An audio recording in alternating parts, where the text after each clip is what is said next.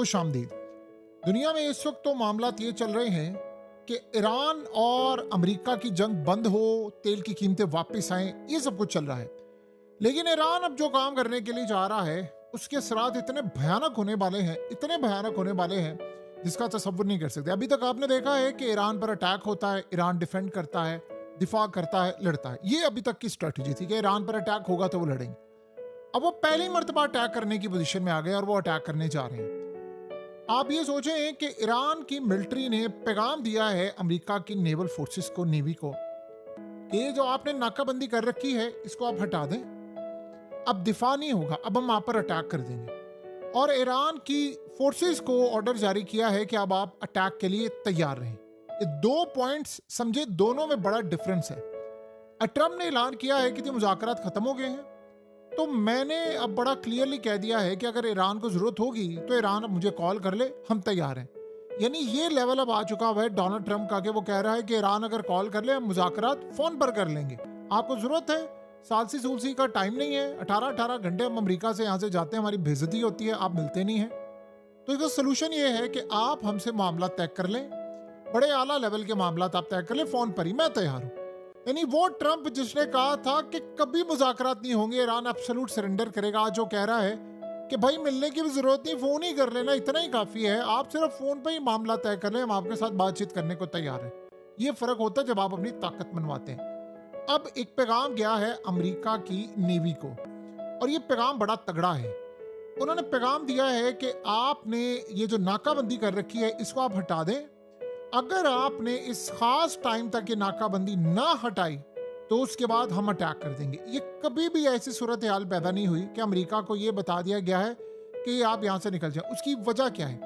Iran ये कहता है कि ये रास्ता हमारा है, आप यहाँ से निकल जाएं और आपको अब चंद दिन का वक्त दिया जा रहा है कि अगर आपने यहाँ से अपनी जो इलीगल ब्लॉकेड है ख़त्म ना की तो फिर हम अटैक कर देंगे। तो इसका मतलब है कि पहली मर्तबा हम ये देखने के लिए जा रहे हैं कि अटैक जो भी होगा वो अब ईरान की जानिब से भी हो सकता है। यानी वो अब सूरत हाल ख़त्म हो गई है कि ये मामला होंगे या कुछ नहीं होगा। ईरान के प्रेसिडेंट ने कहा है कि अमेरिका ये समझता ना कि धमकियाँ, नाकाबंदी और ये प्रेशर डालकर हमसे ये सारा काम करवा लेगा, भूल जाएं आप, ये नहीं होगा, सवाल ही पैदा नहीं होता कि ये काम हो।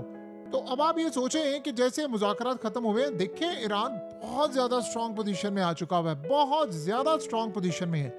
उनको ये पता है कि अमेरिका से हम नहीं मिले, अमेरिका से आप कभी भी नहीं मिले, और उसके बाद अमेरिका आपसे तरले कर रहा है, अमेरिका आपसे मामला तय करने की कोशिश कर रहा है। ये सारी जो सूरत हाल पैदा हो रही है वो क्लियरली नजर आ रही है कि अमेरिका इस वक्त अपसेट है। ट्रम्प के पास इस वक्त कोई सूरत हाल नहीं है, वो कैसे मैनेज करे। और आप ये सोचें जब ऐसी सूरत हाल है और इंटरनेशनल सतह पर यह बात सामने आ रही है कि 60 साल पुराने एक तैयारे ने अमेरिका के फौजी अड्डों को उड़ा दिया है, तो अमेरिका को ये बात समझ आ गई है कि टेक्नोलॉजी का मामला है। अब सोचें ईरान ने पहले किया गया, ईरान सीक्वेंस वाइज चले, पहले मुज़ाकरात खत्म किए, अपनी गुजारिशात दे दी, आपको समझ आती है आप बातचीत कर लें, और साथ उनकी नेवी को दिया है पैगाम कि आपके पास अब चंद दिन बाकी हैं, आपने अगर नाकाबंदी ना खत्म की तो हम आपको उड़ा देंगे। अब ये उड़ाएंगे कैसे? ये असल में करेंगे क्या कि ये अपनी अंडर सी एक तो ड्रोन्स, जो नेवल बॉट्स हैं, छोटी छोटी ड्रोन बॉट्स हैं, वो भेजेंगे और जाकर अमेरिका के वॉरशिप को अटैक करेंगे। अमेरिका अफोर्ड नहीं कर सकता, ये आप ज़हन में रख लें। चंद हजार डॉलर्स की ड्रोन्स की जो बॉट्स हैं उनको जाकर टारगेट करना पड़े 4 अरब डॉलर्स के वॉरशिप को, तो उनकी तो धज्जियां उड़ेंगी ना। तो यहाँ अब असल मसला सारा पैदा हुआ है कि अमेरिका फिर क्या करेगा, अमेरिका के पास ऑप्शन क्या बाकी बचती है। देखिए ऐसा ऐसा अमेरिका की नेवी पीछे हटेगी। ये जहन में रहे कि अगर अमेरिका की नेवी चाहती तो वो 80 जो ईरान ने अपने अब तक शिप गुजारे हैं वो ना जाते, वो लड़ाई करते, लेकिन वो डरे हुए हैं, वो लड़ नहीं सकते, उनको पता है कि ईरान कितना ताकतवर है, तो वो लड़ाई नहीं करेंगे, वो पीछे हटेंगे। तो अमेरिका के लिए एक बड़ा ज्यादा मसला पैदा हुआ है, अमेरिका के लिए एक बड़ी तबाहकुन सूरत हाल पैदा हुई है। वो इस पूरे खेल के अंदर अब बैकफुट पर है। अब सोचा अगर ईरान ने इनको ऐसा ऐसा घसीटना शुरू कर दिया, अटैक करेंगे, हम आपके साथ मामला तय करेंगे, व्हाट नेक्स्ट, फिर क्या होगा? ये जो सारी सूरत हाल है ये क्लियरली आपको नजर आती है कि अमेरिका इस लेवल पर आ चुका हुआ है कि जहां पर उसको अब ले दे, यानी अब अमेरिका इस जगह पर है कि जहां पर वो अपनी शराइत नहीं मनवा सकता। उनको एक खतरा पैदा हो गया है कि नेवी नाकाम हो चुकी है, फौज नाकाम हो चुकी है, तो ईरान अब ओपनली अटैक करेगा और खुद अटैक करने के लिए वो तैयार बैठा हुआ है। देखिए, अब इसके बाद का असल मसला ये है कि अब्बास अरागची जब मस्कत गए हैं तो उसके बाद उन्होंने जाना है मॉस्को। पॉसिबिलिटी है कि उसके बाद उनका एक दौरा हो जाए चाइना का, और चाइना के साथ भी वो मामला तय करें। वो अपने स्टेक होल्डर से बढ़ा रहे हैं, वो रीजन के अंदर अपने दुश्मन कम करने की कोशिश कर रहे हैं और दोस्त ज़्यादा। ईरान ने एक चीज़ रियलाइज़ की है कि जैसे ही यूरोप ने हम पर 47 साल हो गए पाबंदियाँ लगाई हुई हैं, जैसे ही हमने अमेरिका पर अटैक किया, यूरोप को गर्दन से पकड़ा है, ये कह रहे हैं कि हम आपसे पाबंदियाँ हटाएंगे। तो वही समझ रहे हैं कि स्क्वीज़ करें। ये जो आपने एक चीज़ गौर किया ना कि अचानक ईरान इतना अग्रेसिव हो गया मुज़ाकरात के अंदर, वो कह रहे हैं कि ठीक है जी, अगर अमेरिका आएगा हम नहीं मिलेंगे। अमेरिकी वहाँ से उनका जहाज उड़ने वाला था। सोचे 2 दफ़ा ये मामला हुआ है। जेडी वेस्ट ने आना था, उन्होंने कहा हमने नहीं मिलना। इन्होंने आना था, उन्होंने कहा हमने नहीं मिलना।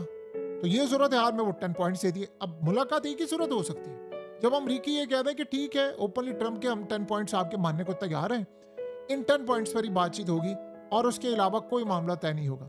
सो अमेरिका अगर ये सारी सूरत हाल मान जाता है, सारा मामला कर देता है, तो फिर तो समझ आती है बातचीत की। यहाँ सबसे बड़ा चैलेंज अब ये बना हुआ है कि ट्रम्प एग्जॉस्ट हो चुका हुआ है इस जंग से। इतना ज़्यादा एग्जॉस्ट हो चुका हुआ है कि यहाँ पर अब अगले चंद महीने के अंदर ट्रम्प के पास अब ज़्यादा देर नहीं है। मिड टर्म इलेक्शन सर पर खड़े हुए हैं और मिड टर्म इलेक्शन से पहले ट्रम्प की रेटिंग इतनी ज़्यादा गिर चुकी है, इतनी ज़्यादा गिर चुकी हुई है, माइनस में चली गई कि कोई अमेरिका का प्रेसिडेंट आज इस लेवल पर नहीं गिरा जो ट्रम्प है। और कभी इतनी पॉपुलैरिटी भी किसी को नहीं मिली थी जो ट्रम्प को मिली थी।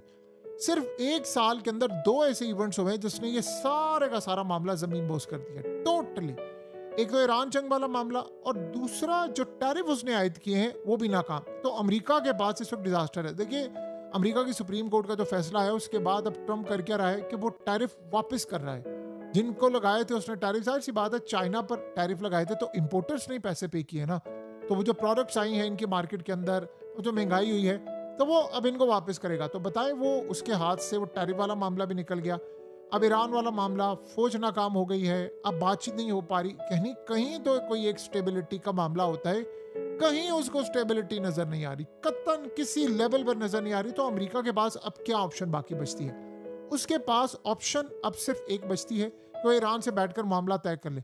अब अगर ईरान से वो मामला तय करेगा तो बचत होगी उसकी। देखिए, ईरान ने अगर यहाँ पर अटैक करना शुरू कर दिया अमेरिका पर, तो अमेरिका के लिए सबसे बड़ा चैलेंज ये होगा कि तेल की कीमतें मजीद ऊपर जाएंगी। वो ज़्यादा देर अफोर्ड नहीं कर सकता तेल की कीमतें, और बड़ा नुकसान हो रहा है ऑलरेडी।